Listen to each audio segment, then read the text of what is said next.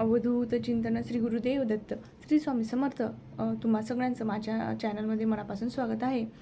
स्वामी महाराज तुमच्या मनातल्या सगळ्या चांगल्या इच्छा पूर्ण करोत, हीच स्वामीचरणी प्रार्थना। तर आज आहे गुरुवार आणि गुरुपुष्पामृत योग। तर या योगावर आपल्याला लक्ष्मी प्राप्तीसाठी आणि गुरुची प्रबळ सेवा आपल्याला करायची आहे। तर आपण त्यासाठी व्हिडिओला सुरुवात करूया। त्या अगोदर जर तुम्ही माझ्या चॅनलवर नवीन असणार तर प्लीज चॅनलला सबस्क्राईब करा, लाईक करा, शेअर करा, कमेंट्स करायला विसरू नका आणि व्हिडिओ शेवटपर्यंत पूर्ण बघा। व्हिडिओ अजिबात स्किप करू नका, कारण मी मध्ये मध्ये खूप छान छान अशा उपाय आणि गोष्टी सांगितलेल्या आहेत। तर व्हिडिओ शेवटपर्यंत पूर्ण बघा। तर गुरुपुष्पामृत असल्यामुळे आपण आपल्या उंबरठ्याला हळदीचं लेपन करून घेणार आहोत। हळदीचं लेपन करत असताना हळदमध्ये काय काय मिक्स करावं याचा मी संपूर्ण व्हिडिओ आपल्या चॅनलवर दिलेला आहे। तो व्हिडिओ तुम्ही पूर्ण बघा, त्याची लिंक मी डिस्क्रिप्शन बॉक्समध्ये देईल। सगळ्यात अगोदर मी उंबरठ्याला हळदीचं लेपन करून घेतलं, त्यानंतर कुंकवाने दोन्ही बाजूला स्वस्तिक काढून घेतलं, त्यानंतर उंबरठ्याची पंचोपचार पूजा करून घेतली। स्वस्तिक यासाठी की माता लक्ष्मी आपल्यावर लवकर प्रसन्न होईल, यासाठी आपल्याला उंबरठ्यावर दोन्ही बाजूला स्वस्तिक काढून घ्यायचं आहे।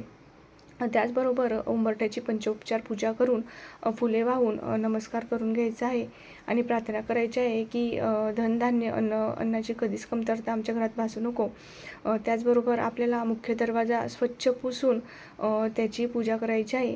तर पूजा करताना अगोदर आपण शुद्ध गाईच्या तुपाने आपल्याला स्वस्तिक काढायचं आहे। जर गाईचं तूप तुमच्याकडे अवेलेबल नसेल तर तुम्ही कुठलंही तूप घेऊ शकतात, पण शक्यतो शुद्ध गाईचंच तूप घ्या। तर सगळ्यात अगोदर आपल्या दरवाजावर खालून वरती स्वस्तिक काढून घ्या दाखवल्याप्रमाणे। त्यानंतर कुंकवाने आपल्याला स्वस्तिक काढून घ्यायचं आहे। कुंकवाने स्वस्तिक काढून झालं की हळदीने स्वस्तिक काढा, त्याची पंचोपचार पूजा करून फुलं वाहून नमस्कार करून घ्या। त्यानंतर आपल्याला आपल्या गॅस ओट्या स्वच्छ पुसायचा आहे व गॅस ओट्यासमोरची जी भिंत असेल तर ती स्वच्छ पुसून घ्या। तिथेही अगोदर तुपाने स्वस्तिक काढा। तुपाने स्वस्तिक काढून झालं की त्यानंतर कुंकवाने आपल्याला तिथं स्वस्तिक काढायचं आहे। तसंच आपण जसं मुख्य दरवाजावर केलं त्याचप्रमाणे आपल्याला इथंही कुंकू आणि हळदीने स्वस्तिक काढून घ्यायचं आहे। ही सेवा शक्यतो तुम्हाला सकाळीच करायची आहे। जर सकाळी तुम्हाला शक्य नसेल तर गुरुपुष्पामृत योग हा सकाळी 6:58 ते संध्याकाळी 6:15 राहील। त्या योगावर तुम्हाला ही सेवा करून घ्यायची आहे। समोर भिंतीवर स्वस्तिक काढून झाल्यानंतर आपल्याला आपल्या गॅसचीही पूजा करून घ्यायची आहे। त्यानंतर आपण पंचोपचार पूजा करून घेऊया। धूप दीप दाखवून पूजा करा। त्याचबरोबर आपल्याला कुंकुमार्चनही करून घ्यायचं आहे। तुमच्याकडे जर पंचधातूचं श्रीयंत्र असेल तर अतिउत्तम, जर नसेल तर तुम्ही दाखवल्याप्रमाणे या श्रीयंत्रावरही कुंकुमार्चन करू शकतात। तर कुंकुमार्चन करण्यासाठी श्रीसूक्तमचं तुम्ही 1 किंवा 16 वेळेस पठण करा। त्याचप्रमाणे कुंकुमार्चन करून घ्या। या योगावर जर श्रीयंत्र घरी आणलं तर खूप चांगलं असतं। असं म्हणतात की अखंड लक्ष्मी प्राप्ती होते। तर आता आपण उपाय बघितले। आपण आपल्या उंबरठ्यावर, दरवाजावर आणि किचन ओट्याच्या भिंतीवर जेही आपण उपाय केले त्याने अखंड लक्ष्मी प्राप्ती तर होतेच, पण त्याचबरोबर आपल्याला सेवा करणं ही तेवढं महत्त्वाचं आहे।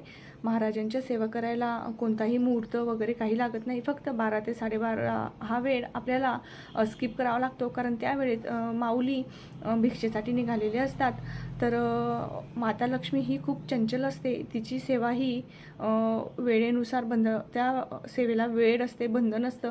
तर आपल्याला माता लक्ष्मीची सेवा ही वेळेतच करायला हवी व आपण जसं म्हणतो की 24 तासाची जी सेवा असते ती आपल्याला टाईम टू टाईम करायची असते, पण महाराजांच्या सेवेला अजिबात कोणताही मुहूर्त नसतो। तर आज आहे गुरुवार दिनांक 27 एप्रिल 2023। आज गुरुपुष्पामृत योग आहे। हा योग सकाळी 6:58 संध्याकाळी 6:15 राहील। तर आज आपल्याला माता लक्ष्मीला प्रसन्न करण्यासोबतच आपल्या गुरूंचीही सेवा करून घ्यायची आहे। तर माता लक्ष्मी ही खूप चंचल असते, चंचला असते। प्रत्येकाला वाटतं आपल्या घरात लक्ष्मी ही चिरकाल राहावी। तर यासाठी आजचा दिवस आपल्या गुरूंना प्रसन्न करून घेण्यासाठी खूप महत्त्वाचा दिवस आहे। तर आज आपण श्री स्वामी समर्थ या षडाक्षरी मंत्राचं 11 माळी जप करू शकतात। त्याचबरोबर श्री स्वामी चरित्रसारामृत याचं पठण करा, शक्यतो श्रवण करू नका। त्याचबरोबर तारक मंत्र 1 वेळेस, 7 वेळेस किंवा 16 वेळेस याचं आपल्याला श्रवण तरी करायचं आहे, जर पठण करणं शक्य नसेल तर। तर ही झाली गुरूंची सेवा. आपल्याला आता माता लक्ष्मीची सेवा करून घ्यायची आहे. श्रीयंत्रावर तुम्ही 1 वेळेस किंवा 16 वेळेस श्रीसूक्त म्हणून आपल्याला कुंकुमार्चन करायचं आहे. तर त्यानंतर लक्ष्मी अष्टकम तुम्हाला शक्य होईल तितक्या वेळेस आपल्याला महालक्ष्मी अष्टकम चं पठण करून घ्यायचं आहे. त्यानंतर तुम्हाला जर संस्कृत खूप चांगल्या प्रकारे येत असेल तर तुम्ही कनकधारा स्तोत्राचं पठण करू शकतात. या सेवेबरोबरच तुम्हाला माता लक्ष्मीचं बीजमंत्राची सेवा करायची आहे किंवा तुम्ही लक्ष्मी गायत्री मंत्र याचंही पठण करू शकतात. या सेवेबरोबरच आपल्याला भगवान श्रीहरी विष्णूंचीही सेवा करून घ्यायची आहे. कारण प्रत्येकाला वाटतं लक्ष्मी आपल्या घरात चिरकाल राहावी. तर ज्या घरात भगवान विष्णूंची सेवा होते त्या घरात लक्ष्मी ही आपोआपच खेचली जाते. भगवान विष्णूंची अति उच्च कोटीची सेवा म्हणजे विष्णू सहस्रनाम. विष्णू सहस्रनाम हे संस्कृतमध्ये आहे. तुम्हाला जर वाचता नाही आलं तर मोबाईलवर यूट्यूबवर लावून घ्या आणि श्रवण तरी करा. त्याचबरोबर व्यंकटेश स्तोत्र याचे तुम्हाला पठण करायचं आहे किंवा श्रवण करायचं आहे.